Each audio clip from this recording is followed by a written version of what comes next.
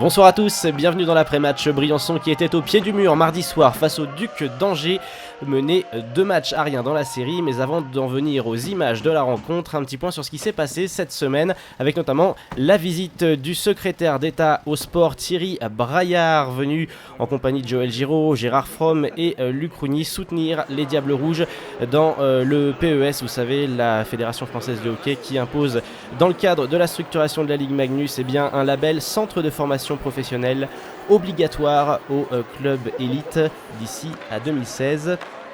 Thierry Braillard qui s'est notamment vu offrir un maillot des Diables Rouges, venu rencontrer les jeunes briançonnais pour soutenir le club dans sa démarche.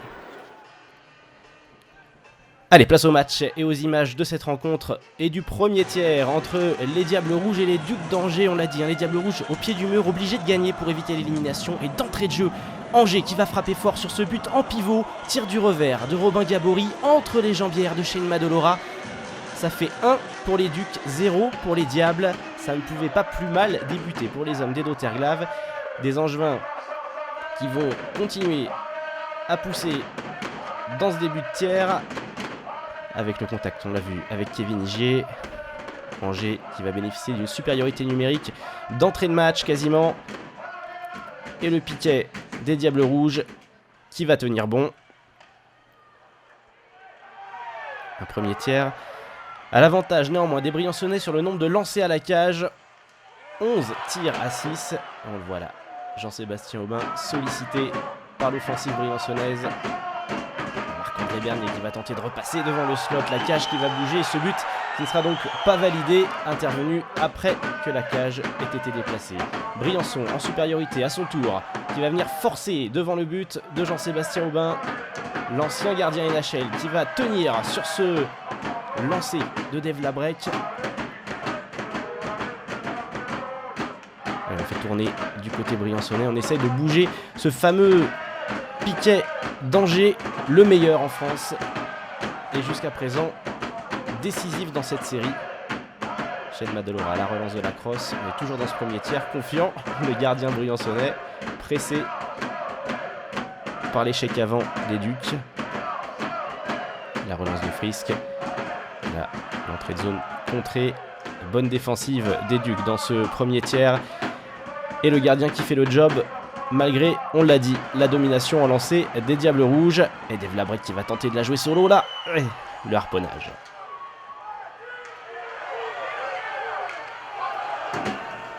Ils ont mal commencé déjà, ils ont pris ce but d'entrée là. Puis moi je pense que le jeu est assez équilibré, mais s'ils arrivent à marquer d'entrée, ça peut changer le match. Vous y croyez encore ? Si jamais ils marquent d'entrée, après le public, tout, l'enthousiasme, c'est toujours pareil. Le plus dur c'est finir. Et Angers à 2-1, ils peuvent commencer à prendre un peu de stress. Les Briançons, ils n'ont plus rien à perdre, donc ça peut marcher. Bon, est-ce qu'une finale de rêve pour vous, ça peut se dire Rouen-Briançon ? Moi, ça m'irait bien. Ouais. Ça vous irait bien. Ouais. Déjà, s'il y avait un Rouen-Briançon en finale, je reviendrais faire un peu de ski. Voilà. D'accord. Nous, on a très mal démarré, mais Rouen est... Mais bon, on a bien fini. Là, je pense que si on arrive à passer nos quarts, on sera dangereux. Le ski, c'est noir ou rouge ? C'est plutôt rouge. Bon, alors ça va, c'est plutôt Briançon. Merci Thierry Chex. Fervent supporter des Diables Rouges, Thierry Chex avec le retour pour le tir numéro 2.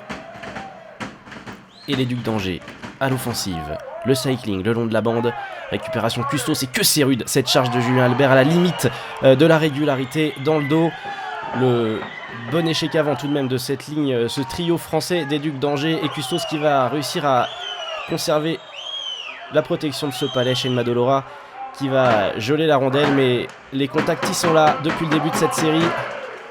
Madolora une fois de plus, et puis là c'est Jensen qui va porter l'offensive pour les Briançonnais, obligés d'attaquer la cage pour tenter de revenir ce petit but de retard, je vous le rappelle, 1-0 à la reprise de ce tir numéro 2.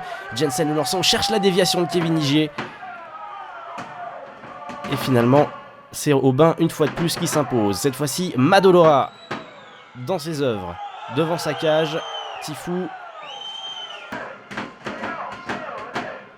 Un match avec également beaucoup d'unités spéciales, 5 de chaque côté.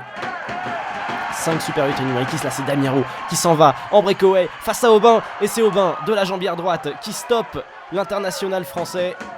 Ah, on l'a dit, ce gardien, il a été décisif tout au long de cette série. Et une fois encore sur la glace briançonnaise, il tient tête aux attaquants des Diables Rouges. Madolora de son côté n'est pas en reste. Et Briançon qui continue. La break. McDonald.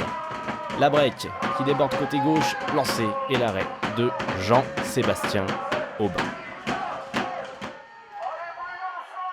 Nous sommes à 6 minutes de la fin de ce tiers numéro 2 et l'excellent échec avant de la ligne Anderson-Gabory. Albert Gabory qui va doubler la mise 2-0 en faveur des Angevins à l'issue des 40 premières minutes. On le voit sur le ralenti.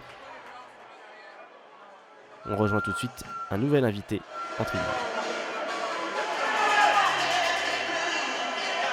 Bon, Pierre Pousse, la dernière fois que vous êtes venu, je crois que c'était une défaite de Briançon. Je ne sais pas si on va vous accepter encore dans la patinoire. Oui, c'est vrai, c'était le 1-0 contre Brest, le deuxième match. Mais on n'est qu'au deuxième tiers, donc c'est vrai que pour l'instant, Angers a l'air de contrôler bien le match. Et, il mène 2-0 maintenant, il suffit d'un déclic. C'est vrai que pour l'instant, on ne voit pas tellement la lumière, mais il faudrait que Briançon marque un but. S'ils arrivent à marquer un but, peut-être que les choses vont se débloquer. Mais en tout cas, pour l'instant, Angers a la situation bien en main. Peut-être ce qui manque, c'est un peu de confiance, parce que c'est vrai que Angers s'est qualifié directement pour l'écart. Briançon a eu pas mal de hauts et de bas dans cette saison. Ils ont commencé par des bas, ils ont bien fini. Mais c'est vrai qu'une saison, les playoffs, ça se construit tout au long de l'année. Et peut-être que ce qui manque actuellement à Briançon, c'est ce petit surplus de confiance qui permet effectivement de faire basculer les actions du bon côté. Et on s'en rend compte dans les playoffs. Pour l'instant, ce sont les équipes qui ont emmagasiné de la confiance pendant la saison qui s'en sortent le mieux. Et je ne serais pas étonné que les 4 équipes qui ont fini dans les 4 premières places se qualifient pour les demi-finales. Pour un sélectionneur, qu'est-ce qui compte? C'est la performance individuelle, c'est la performance du groupe auquel on appartient quand on décide de faire une sélection? C'est tout. On regarde bien sûr la performance individuelle, technique et psychique, mais effectivement la façon dont un joueur réagit au sein d'un groupe et justement ce qui est intéressant en play-off, c'est de voir dans les moments où ça compte vraiment comment un joueur réagit. Donc, voilà. De toute façon, les joueurs, on les suit tout au long de la saison, on sait exactement où ils en sont, on sait comment ils réagissent. Et après, ça se joue à tellement peu de choses, que ce soit dans un match de play-off comme ça ou pour nous au championnat du monde, que voilà, il faut faire les bons choix. Alors voilà, on le fait avec notre sensibilité. Peut-être qu'il peut y avoir des contestations, mais en tout cas, nous, on les suit au plus près toute la saison, que ce soit en CHL, en saison régulière, en Conti Cup ou en play-off. Tous les joueurs sont suivis et donc on sait exactement où ils en sont. Et après, nous, on fait notre choix. Merci beaucoup, Pierre Pousse. Merci. Et là voilà la reprise de ce tiers numéro 3, toujours mené donc 2-0. Les Briançonnais qui vont se ruer à l'attaque. Cette faute de Robin Gabory sur Victor Zelig. Le fer trébuché du numéro 11, auteur d'un doublé ce soir. Et là, quel geste de Yaka Ankers pour le but de Cédric Didio-Balsamo. On va le revoir en ralenti, ce geste.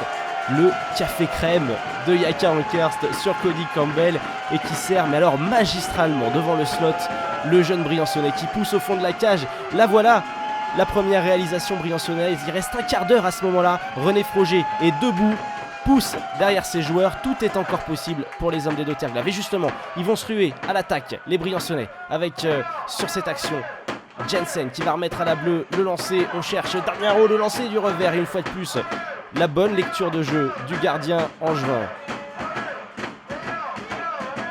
La défensive des Ducs qui plie mais ne rompt pas. Madolora qui sera beaucoup moins sollicité sur ce tir numéro 3.